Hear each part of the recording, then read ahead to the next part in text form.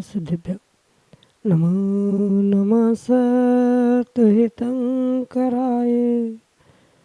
वीराय भव्याम्बुजभास्कराय अनंतलोकाय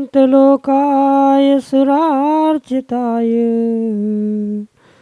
देवादिदेवाय नमो जिनाय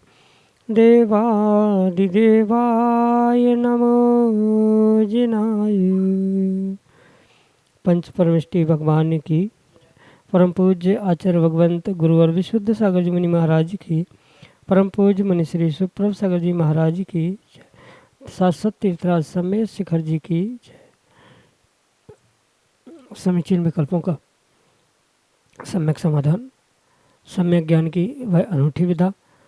जो हमारे मन को निर्विकल्प बनाते हुए हमारी आत्मा के कल्याण का पथ प्रशस्त कराने वाली है, क्योंकि हमारे मन का समीचीन विकल्प और उसका सम्यक रूप से आगम के परिप्रेक्ष्य में हमें सम्यक समाधान प्राप्त होता है और वही सम्यक समाधान हमारे कल्याण का पथ प्रशस्त कराने वाला होता है, हमें आत्म सुख तक ले जाने वाला होता है, क्योंकि मन की सुख शांति ही आत्मा का वास्तविक सुख है। और ऐसे वास्तविक सुख के प्राप्ति का परम पूज्य आचार्य भगवंत गुरुवर विशुद्ध सागर जी महाराज की महती अनुकंपा एवं उनके आशीर्वाद से उन्हीं के सुयुग से परम पूज्य मनी श्री सुप्रभ सागर जी महाराज द्वारा हमें वह आत्म कल्याण की अनूठी विधा सम्यक समाधान प्रदान किया जा रहा है, जो निश्चित ही हमारे भवों के दुखों को निकाल करके और हमें उस आत्मिक सुख की ओर अग्रसर कराने वाला होता है। ऐसी आत्म कल्याण की अनूठी विधा आप भी जुड़ें और अपना समीचीन विकल्प भेज करके परम पूज्य मनीश्री से उसका आगम के परिप्रेक्ष्य में सम्यक रूप से समाधान प्राप्त करने का पुरुषार्थ करें। प्रारंभ करते हैं आज का सम्यक समाधान। और आज के पहले विकल्प के लिए राखी जैन सुसनेर मध्य प्रदेश से महर्षि के चरणों में बारंबार नमोस्तु निवेदित करते हुए अपना समीचीन प्रश्न रख रहे हैं कि महर्षि जो 14 लाख प्रकार के मनुष्य बताए हैं तो वह योनि की अपेक्षा किस प्रकार से हैं। हमारे समीचीन विकल्प का सम्यक समाधान करने की अनुकंपा करें। नमोस्तु महाराज जी, नमोस्तु। ओम नमः सिद्धम। परम पूज्य आचार्य भगवान गुरुवर विशुद्ध सागर जी महाराज की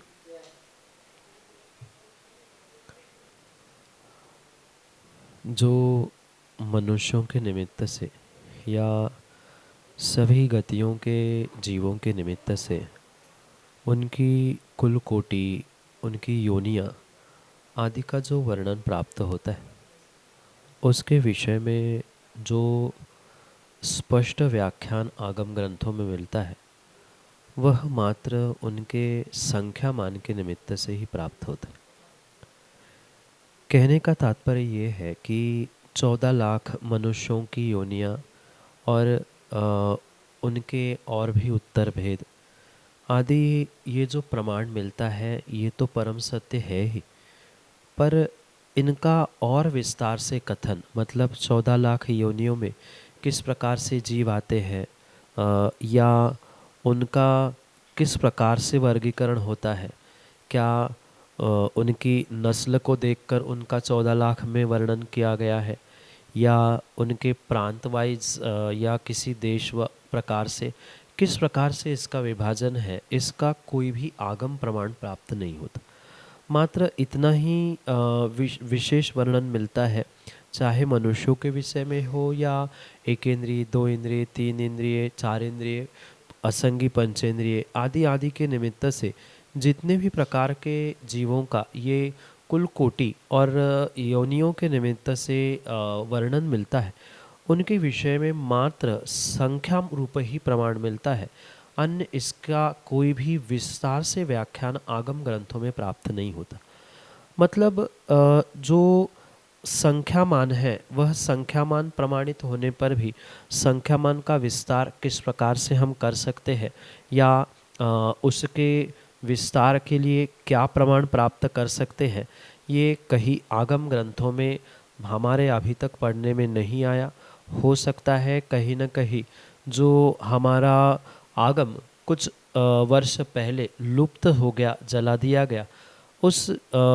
इतिहास में या उस कालखंड में ये आगम प्रमाण नष्ट हो गए हो, जिस प्रमाण से ये विस्तार से सहज समझना और विस्तार से समझाना संभव नहीं है। जो उसके 196 और भेद या और भी बहुत सारा उसका जो व्याख्यान है, उसका सूक्ष्म रूप से कथन आगम प्रमाण से करना संभव नहीं है और अनुमान से कह देना ये उचित नहीं हो सकता। इसलिए ये पक्का माने कि जो 84 लाख योनियों के रूप से या कुल कोटि 196 प्रकार से जो भी कही गई है, उनका मात्र संख्यामान ही प्रमाण है। उसका आगे पीछे प्रमाण और विस्तार से प्राप्त नहीं है। यही आपके लिए सम्यक समाधान। चौक भोपाल मध्य प्रदेश से पलक जैन महर्षि के चरणों में कोटि कोटि नमस्ते निवेदित करते हुए अपना समीचीन प्रश्न रख रहे हैं कि महर्षि, जब सीता ने दीक्षा ले ली और लक्ष्मण का वियोग हो गया, उस स्थिति में लवकुश के द्वारा पिता को ऐसी दुखद स्थिति में छोड़ करके दीक्षा ग्रहण करना कहाँ तक उचित है? हमारे समीचीन विकल्प का सम्यक समाधान करने की अनुकंपा करें। नमोस्तु महाराज जी, नमोस्तु। पद्म पुराण और रामायण आदि के निमित्त से जो रामचंद्र जी, सीता, लवंकुश आदि के विषय में जो कथानक प्राप्त होते हैं, उन्हें हमें उस परिस्थिति के साथ साथ व्यक्ति की स्वयं की मनस्थिति को भी समझने की आवश्यकता है। कहने का मतलब ये है कि जो ये कथानक है, चाहे रामायण में प्रदर्शित किया गया हो, चाहे पद्म पुराण में वर्णित आचार्य रविसेन द्वारा इसका व्याख्यान किया गया हो, पर ये कथानक समझते हुए मात्र घटनाक्रम या परिस्थिति को समझने की आवश्यकता नहीं है, अपितु उस परिस्थिति से गुजरने वाले जो जीव है, जिसे सामान्य भाषा में कैरेक्टर कहा जा सकता है, कथानायक के रूप में, उनके सहनायक के रूप में जितने भी पात्र मिल रहे हैं, उनकी मनस्थिति को भी साथ में समझने की आवश्यकता है। जो रामचंद्र जी, सीता और लव और कुश, इनका जो दृश्य है पिता मिलाप का, और उसके उपरांत सत्यता पता चलने पर, जैसे ही सीता की अग्नि परीक्षा के बाद हमारे रविसेन महाराज आदि की अपेक्षा से जो पद्म पुराण में कथानक मिलता है, उसके अनुसार जैसे सीता दीक्षा ग्रहण करते हुए पृथ्वीमती माता जी के पास आर्य का व्रत को ग्रहण करती है, उसी क्षण के उपरांत सत्यता का बोध होने पर पुनः पिता को वैसे ही अकेला छोड़कर लवांकुश का आगे बढ़ जाना, ये सब कुछ पूर्ण रूप से मात्र एक परिस्थिति, कंडीशन के रूप में नहीं, अपितु उन जीवों पर बीतने पर संसार से विरक्ति को प्राप्त होने रूप सत्यता का सामने उद्घाटित होना, और जब किसी व्यक्ति को किसी घटनाक्रम के कारण से सत्यता समझ में आती है, वैराग्य उद्घाटित हो जाता है, व्यक्ति का सत्य रूप क्या है ये समझ में आता है, वह स्वाभाविक रूप से संसार, विषय, भोग, माता पिता, घर परिवार, राज आदि से उदासीन होते हुए उसको छोड़ने का ही निर्णय करता। फिर मेरे दीक्षा लेने के कारण से सामने वाले की क्या मनस्थिति बनेगी, क्या परिस्थिति होगी, उस पर क्या बीतेगी, इसका विचार करने का उस व्यक्ति के पास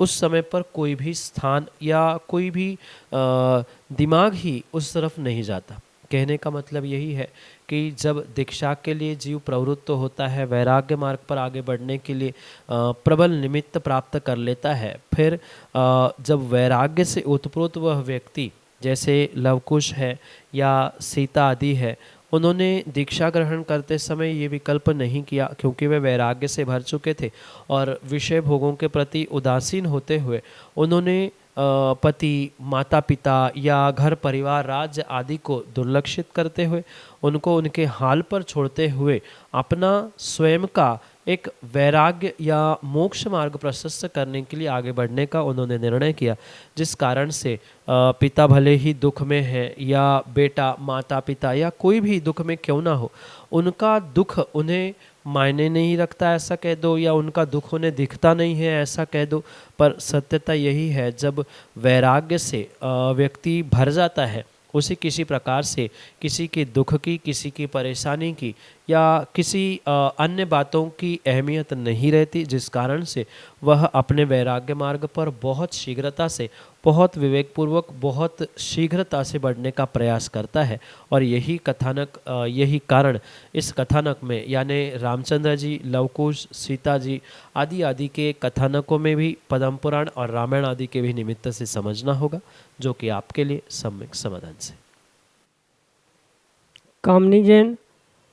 अशोका गार्डन, भोपाल, मध्य प्रदेश से महाराज जी के चरणों में बारंबार नमस्ते करते हुए अपना समीचीन प्रश्न रख रहे हैं कि महाराज जी, गृहस्थी में रहते हुए धर्म के कार्यों में आगे कैसे बढ़ें जिससे कि अशुभ कर्मों की निर्जरा हो और शुभ कर्मों का आश्रयबंध हो। हमारे समीचीन विकल्प का सम्यक समाधान करने की अनुकंपा करें। नमोस्तु महाराज जी, नमोस्तु।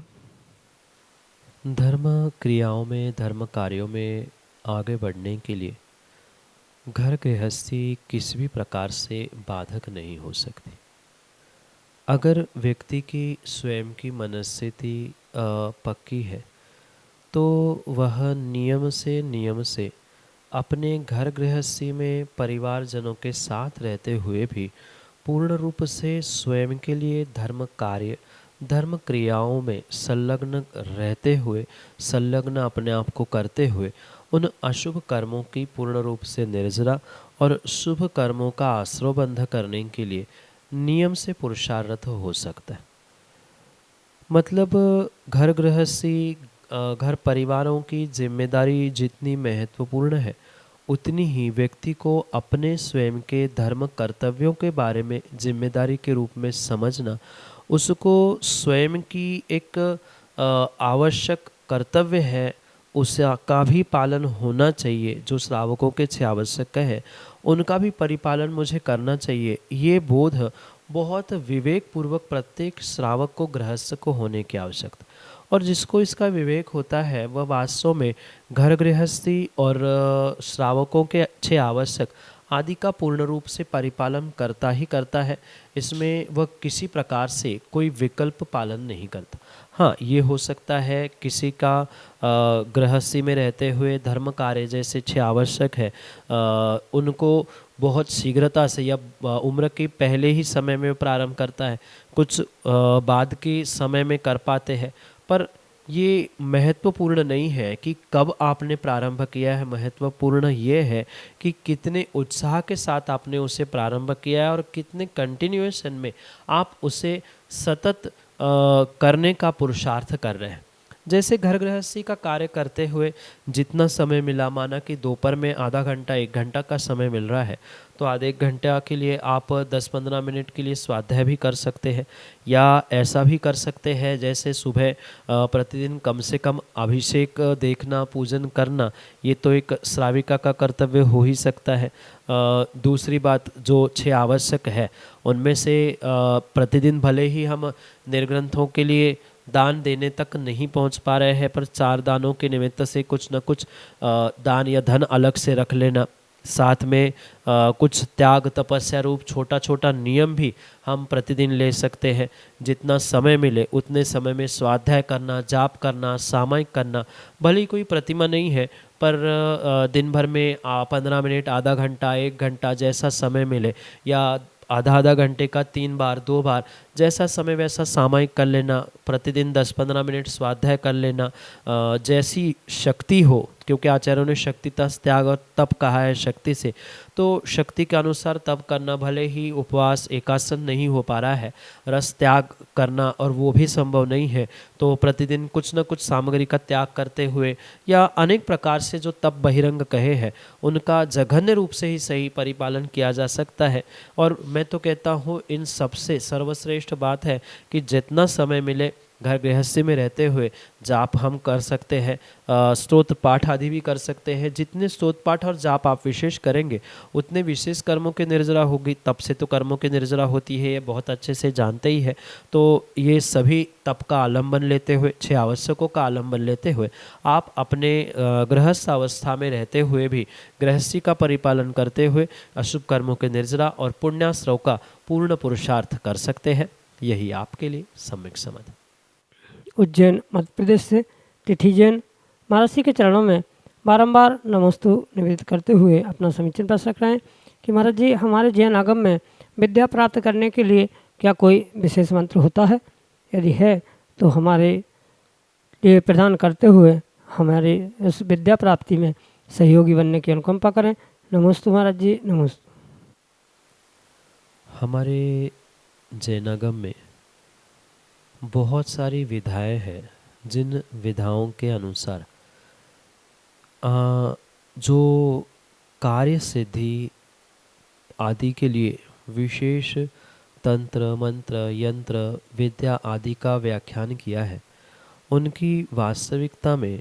जिनके पास श्रद्धा है उनके लिए सिद्धि होते हुए देखने में आती है। जैसे किसी व्यक्ति को ज्ञानार्जन करना है, विद्या प्राप्ति करनी है, उसके लिए भी हमारे आचार्यों ने बहुत सारे विशेष मंत्र, बहुत सारी विशेष विधाएं और एक विशेष तरीके को समझाने का प्रयास किया है। पर चूँकि विद्या प्राप्त करना या किसी भी विषय के जो ये मंत्र आदि होते हैं उन्हें सामूहिक रूप से व्याख्यायित करने की आगम में आज्ञा प्रदान नहीं की गई है। ये जितने भी विशेष विशेष मंत्र हैं, उन विशेष विशेष मंत्रों की प्राप्ति के लिए आपको कहीं ना कहीं निर्ग्रंथ गुरुओं के चरण निश्रा को प्राप्त करते हुए गुरु से प्राप्त इन मंत्रों का विशेष आराधन करने से ही इन कार्यों में सिद्धि प्राप्त हो सकती। जैसे विद्या प्राप्ति के लिए विशेष मंत्र की आपको चाह है तो आप किन्हीं आचार्य भगवान, किन्हीं मुनि भगवंतों के चरण निश्रा को प्राप्त करें, उनके समीप पहुँचते हुए उनकी सेवा वैयावृत्ति करते हुए, उनका विश्वास प्राप्त करते हुए, उनको इन मंत्रों के विषय में जिनको ज्ञान है उन आचार्य भगवंत और मुनि भगवंतों से इन विद्या प्राप्ति आदि के लिए मंत्रों को प्राप्त करते हुए उनकी आराधना करने का प्रयास करें। क्योंकि जितना विशेष गुरु मंत्र की आराधना का फल मिलता है, उतना सामान्य रूप से आपने कहीं से भी पढ़कर मंत्र प्राप्त कर लिया और उसे पढ़ना भी प्रारंभ किया, ठीक है, क्योंकि मंत्र है उसलिए कभी ना कभी उससे कार्य सिद्ध होगा, बहुत नहीं तो कुछ सही तो मिल ही जाएगा। पर गुरु से मिला हुआ मंत्र विशेष कार्यकारी हुआ करता है। इसलिए आगम में ये जो जितनी भी विधाएं दी गई है उन विधाओं में सर्वश्रेष्ठ गुरु का स्थान कहा है और गुरु के द्वारा मिला हुआ मंत्र ही प्रत्येक कार्य की सिद्धि के लिए एक श्रेष्ठतम कार्य हुआ करता है, श्रेष्ठतम मंत्र हुआ करता है। इसलिए आगम ग्रंथों में भी विद्या प्राप्ति के लिए सरस्वती मंत्र बहुत सारे स्थानों पर मिलते हैं और लगभग सभी दर्शनों में ये सरस्वती मंत्र प्राप्त होते हैं, तो लगभग वो भी समान रूप से देखने में आते। पर उनको किन्हीं ग्रंथों से पढ़कर याद करके उच्चारित करते हुए उनकी आराधना करना वो उतना फलदायी नहीं हो सकता जितना कि किसी गुरु भगवंतों से आपने उस मंत्र को प्राप्त करके उसकी सिद्धि करेंगे, उसका आराधन करेंगे, उसकी जाप करेंगे तो वो विशेष फलदायी होगा। इसलिए गुरु महाराज के समीप पहुंचकर व्यक्तिगत रूप से इन मंत्रों को प्राप्त करें। सामूहिक रूप से मंत्रों का बखान करना और वो भी विशेष मंत्र का संभव नहीं है। सामान्य रूप से नमोकार ओम आदि मंत्र जो कहे हैं उन एकाक्षरी, दो अक्षरी, पंचाक्षरी आदि 35 अक्षरी मंत्रों का तो सामान्य रूप से जो वर्णन मिलता है वह बिना गुरु आज्ञा के भी पढ़ना संभव है। पर विशेष मंत्रों के लिए गुरु आज्ञा, गुरु का आशीष और गुरु का मार्गदर्शन परम आवश्यक होने के कारण से ऐसे विशेष कार्य की सिद्धि के लिए, विशेष मंत्रों की प्राप्ति के लिए गुरु के पास पहुंचकर ही उनके समीप आप अपना निवेदन प्रेषित करें, तभी ये मंत्र फलदायी होते हैं। क्योंकि ऐसा कहा जाता है मंत्र और मंत्रणा पूर्ण रूप से एकांत में ही प्राप्त करनी चाहिए, तो ही वह फलीभूत होती है। यही आपके लिए सम्यक समाधान। पंडित शिव कुमार जैन, जबलपुर मध्य प्रदेश से महर्षि के चरणों में बारंबार नमोस्तु निवेदित करते हुए अपना समीचीन प्रश्न रख रहे हैं कि महाराज जी, आगम के अनुसार श्री जी का प्रातःकाल की वेला में नित्य अभिषेक का समय क्या होना चाहिए? हमारे समीचीन विकल्प का सम्यक समाधान करने की अनुकंपा करें। नमोस्तु महाराज जी, नमोस्तु। श्रावक के 6 आवश्यकों में जो देव पूजा कर्तव्य कहा है, उस देव पूजा के अंतर्गत प्रतिदिन देव पूजा के पूर्व श्रावकों को नित्य अभिषेक करना ये आवश्यक ही नहीं अपितु अनिवार्य है। क्योंकि 6 आवश्यकों में भले ही नित्य पूजन शब्द का प्रयोग है, पर मात्र नित्य पूजन नहीं अपितु पूजन का एक अविभागी अंग अभिषेक भी स्वीकार किया जाता है। इसलिए अभिषेक के साथ साथ ही की गई पूजन 6 आवश्यकों को पूर्ण करने के लिए निमित्त होती। रही बात नित्य अभिषेक नित्य पूजन आदि के समय के निर्धारण के विषय में, तो उसके विषय को स्पष्ट करते हुए आचार्य भगवंत स्पष्ट रूप से कहते हैं कि नित्य अभिषेक नित्य पूजन का कोई घड़ी के अनुसार समय निर्धारित नहीं किया जा सकता कि 5 बजे से 7 बजे तक ही, 7 बजे से 9 बजे तक, या इतने बजे से इतने बजे तक ही अभिषेक होना चाहिए, इसके पूर्व इसके बाद में। ऐसा किसी प्रकार से आगम प्रमाणों से प्रमाण प्राप्त नहीं होता कि घड़ी के हिसाब से कहीं अभिषेक। हाँ, ये सत्य है कि व्यवस्था के रूप में मंदिरों में वर्तमान में ये व्यवस्था देखने में आती है कि अमुक वेदी पर इतने बजे अभिषेक, इतने बजे शांति धारा होगी, या मंदिर में एक वेदी की या 2-4 वेदियों की व्यवस्था है तो वहाँ अलग अलग अभिषेक का समय निर्धारित होता है। ये तात्कालिक व्यवस्था है और ये व्यवस्था होने में कहीं भी दोष नहीं है, पर ऐसा कोई बंधन नहीं है कि इतने ही समय तक अभिषेक होना चाहिए, इतने ही समय तक व्यवस्था होनी चाहिए। क्योंकि कई बार विशेष आयोजनों में, विशेष दिनों में ये भी देखने में आता है कि दोपहर में भी अभिषेक होता है, शाम होने से पूर्व में भी जब जल विहार आदि होता है तब भी अभिषेक आदि होते हुए देखने में आता है। तो ये विवेक रखने की आवश्यकता है कि अभिषेक हो, शांति धारा हो, पूजन पाठ हो, ये पूर्ण रूप से आगम की मात्र व्यवस्था नहीं है, अपितु ये एक श्रावकों के पुण्य वर्धन के लिए, भावों की विशुद्धि के लिए कराए जाने वाले कार्य है, जो पूर्ण रूप से विवेक पूर्वक और समय की सबकी मर्यादा रखते हुए करने की आवश्यकता है। कहने का मतलब ये है कि